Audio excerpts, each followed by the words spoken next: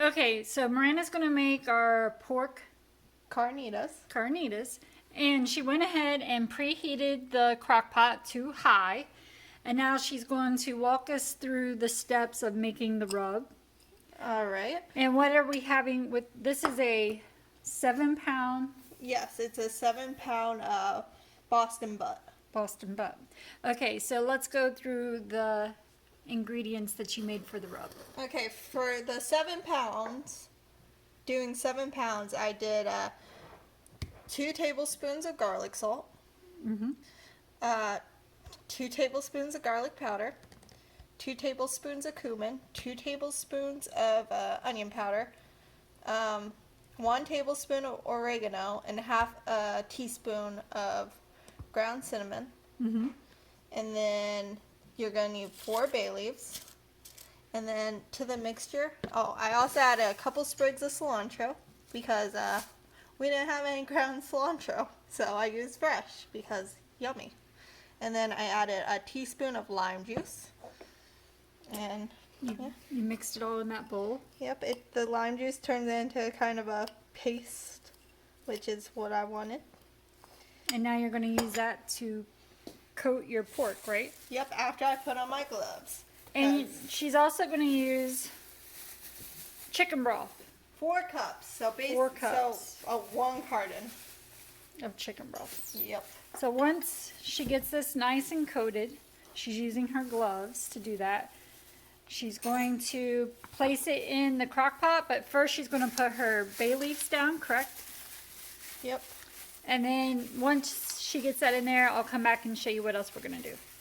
Alright, and now that we have our Boston butt put in, and just so you guys know, we're doubling the recipe because of the size of this thing. So if you want half that recipe for like a 4-pound Boston butt, that works.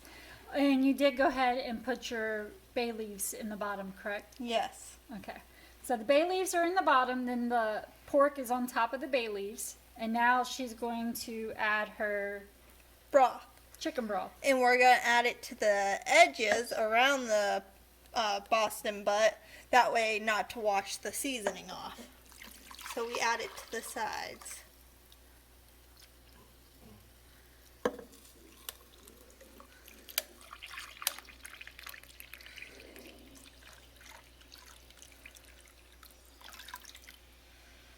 Okay.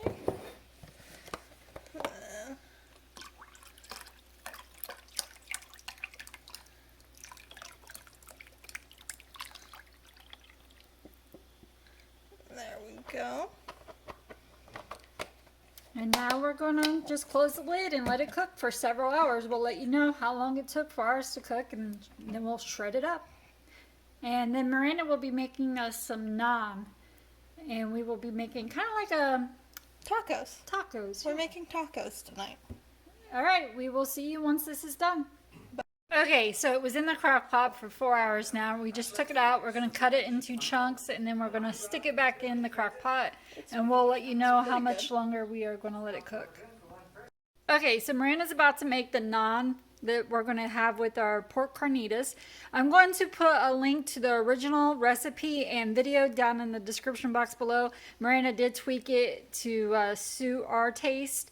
And we're going to walk you through our steps of how we do it. But again, the original recipe for this and the video will be down in the description box below if you would like to go and check it out. So let's get started. Alright, we're going to start with 3/4 a cup of coconut flour, a tablespoon and a half of psyllium husk powder. In the original recipe, they did a pinch of salt. I'm using garlic salt, and since we're not using this for other things, we're just using it for the carnitas, I'm going to use a little bit more than just a pinch. Season to taste with that. We kind of like it saltier around here. You might not. And then we're going to do a couple sprinklings each of onion powder and garlic powder. Again, season to taste because not everybody's taste is the same. Right. Okay. And the salt is, yeah, it's garlic salt, but it's garlic sea salt. So not just your typical garlic salt. Alright, and we're going to start with the coconut flour here. The psyllium husk powder. garlic sea salt.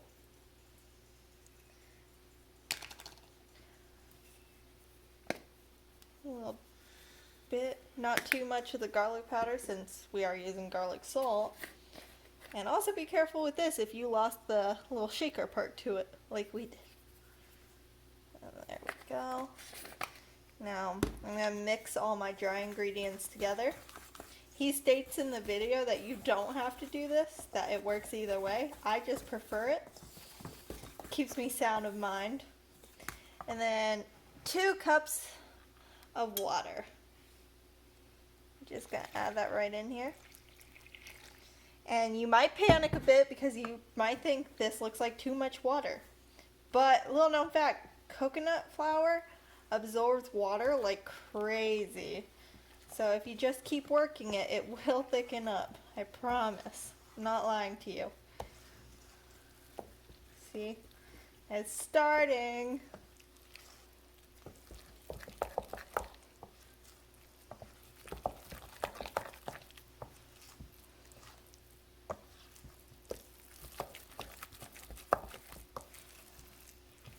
And yes, it does look like mashed potatoes. You're not crazy. And what we're going to do after we get this nice and mixed up is we're going to let it sit for 15 minutes and then I'll show you the next step. Alright, it's been 15 minutes and now that our dough has set, I'm going to very gingerly scrape it out onto our cutting board because what we're going to do is form this into a bit of a loaf. It's very springy. It's actually very fun. Okay. And you don't have to be super exact about this unless you have OCD. Because naan is a very rustic looking bread. It does not have to look perfect. So let's see. We're going for 5 pieces.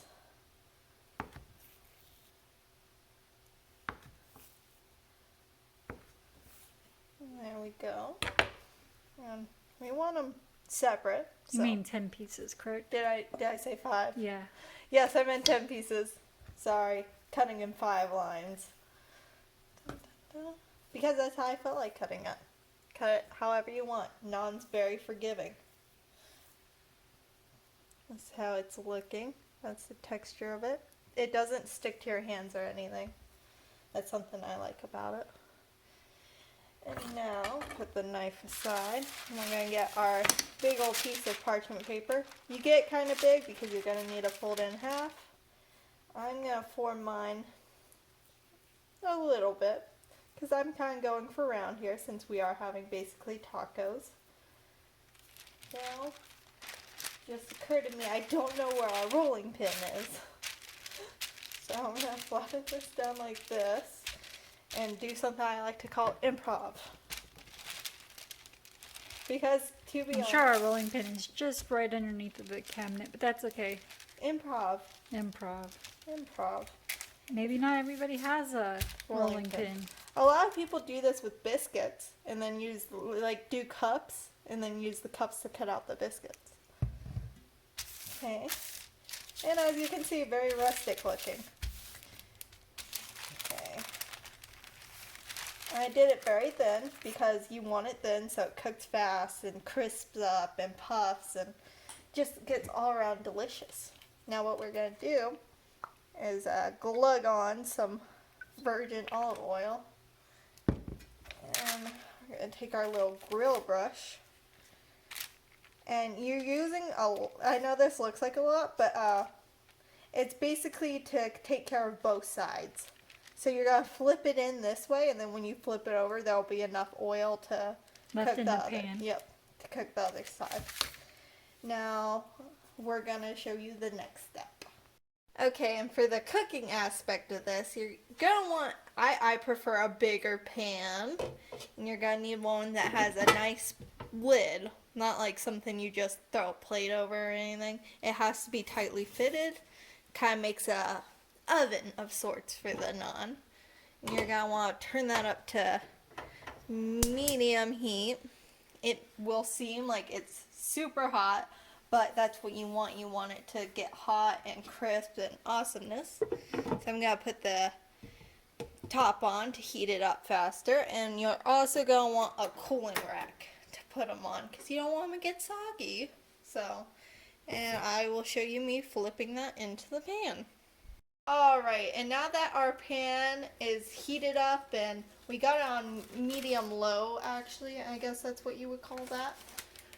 And we're going to flip our thing into the pan. Or naan. Or naan.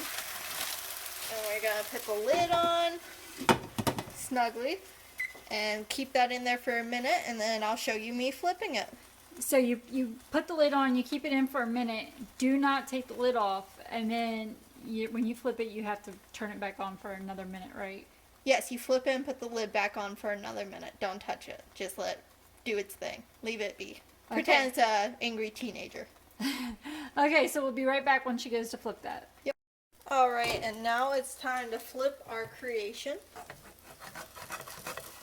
Do not be mad at yourself if it looks ugly. Mine always look ugly, but they're still delicious. Naan usually does look rustic. And I have poor flipping skills, so there's that. Looks like we're doing the pinching technique of eating tonight, aren't we? Taking the bread and pinching it. No, that's what naan looks like. I mean, you can make it a little bit wider, but... So, another minute. So, once we get these all fried up, we will come back and show you what all of them look like together. And then we'll show you what our carnitas look like. Okay, here's our pork. It has been in for 7 hours. At 4 hours, we took it out and Myranda cut it into chunks, put it back in. Of course, we do not eat the bay leaves. Those are left in there, and we're going to have plenty left over for tomorrow and throughout the week. We just turned our crock pot down to keep warm for the moment. And here's what it looks like. It is so delicious, isn't it? Yes. And here's our naan. Now, I will say with the naan, depending on how thin you roll it out, it will depend on how long you have to keep it in the pan for. But you'll catch on to that, you know, the more you make, your timing and so on. Naan is supposed to be rustic looking, and this it one's is the prettiest. And it's delicious. We had this not that long ago, and we really enjoyed it. So this is the spread Myranda put together. Sour cream, smashed avocado, lime juice, Mexican style cheese. We got red onions, lettuce, cilantro, pico, and jalapeno. Yep, like I said, this is a really great meal for a Saturday evening. I'm sure we're going to have it tomorrow for leftovers and throughout the week. So if you give the pork carnitas a try, please let us know how you like them. And I really do recommend trying the naan. We find it delicious, and I think it's going to pair perfectly with this. All right, thank you so much. Have a wonderful day, and we will see you next time. Bye. Bye.